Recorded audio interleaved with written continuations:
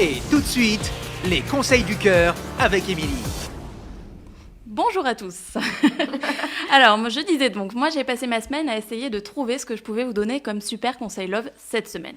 J'aurais pu y passer une seule journée, mais comme mes semaines elles sont pas très remplies, j'échelonne un petit peu tous les jours pour faire genre j'ai beaucoup de boulot à la fin de la semaine. Je sais pas si ça vous arrive. Donc j'ai cherché ce conseil. Je me suis dit pourquoi pas un conseil pour les couples. Bon oui, ok, pourquoi pas. Mais moi les couples en ce moment ça me fait un peu l'effet de la chanson Mon cœur, mon amour, c'est beau mais c'est un petit peu insupportable. Alors je vais pas vous aider à être plus heureux aujourd'hui, hein. Quoi, je suis jalouse ? Un tout petit peu.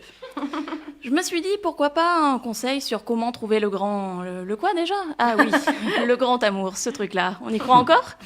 Bah, je suis moche. Je me suis dit, puisqu'on est entre filles autour de cette table aujourd'hui, je vais vous faire un super conseil love sur les mecs.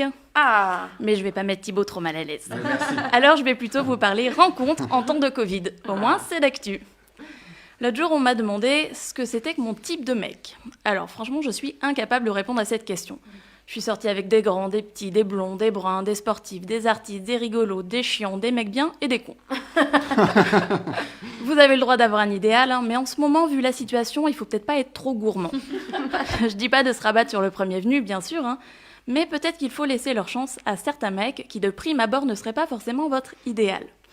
Ce qui est certain, c'est que les rencontres, disons, naturelles, elles sont un peu plus difficiles en ce moment.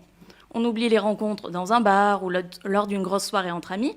Non, on espère plutôt pouvoir rencontrer le mec à la caisse du Franprix, ou en sortant ses poubelles, ou pourquoi pas si vous avez un nouveau voisin super canon qui vient d'emménager.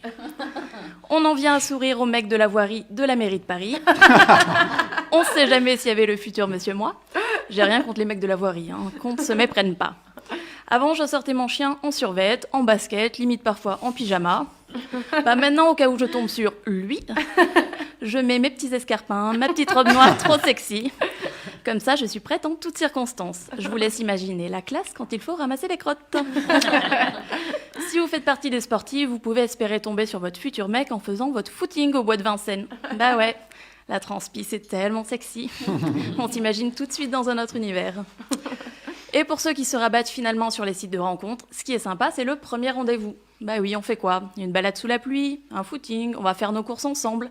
Non, tu m'accompagnes faire mon test Covid. C'est sympa, c'est original au moins. Bon, et dans tout ça, vous allez me demander, et le conseil alors ? Bah mon conseil love du jour, il est tout bête. Peut-être que c'est justement le moment où vous allez rencontrer quelqu'un que vous n'auriez jamais rencontré en temps normal. Alors ne vous fermez pas aux rencontres, ne vous fermez pas au mec devant vous, oui, celui de la caisse du Franprix. Tant qu'il a un minimum potable, on lui laisse sa chance, et peut-être que ce sera l'occasion de rencontrer le grand... Enfin, vous voyez quoi. C'était le petit conseil love du jour. Merci Émilie, et pour lui écrire, c'est sur emily.pantouflexplosive@gmail.com.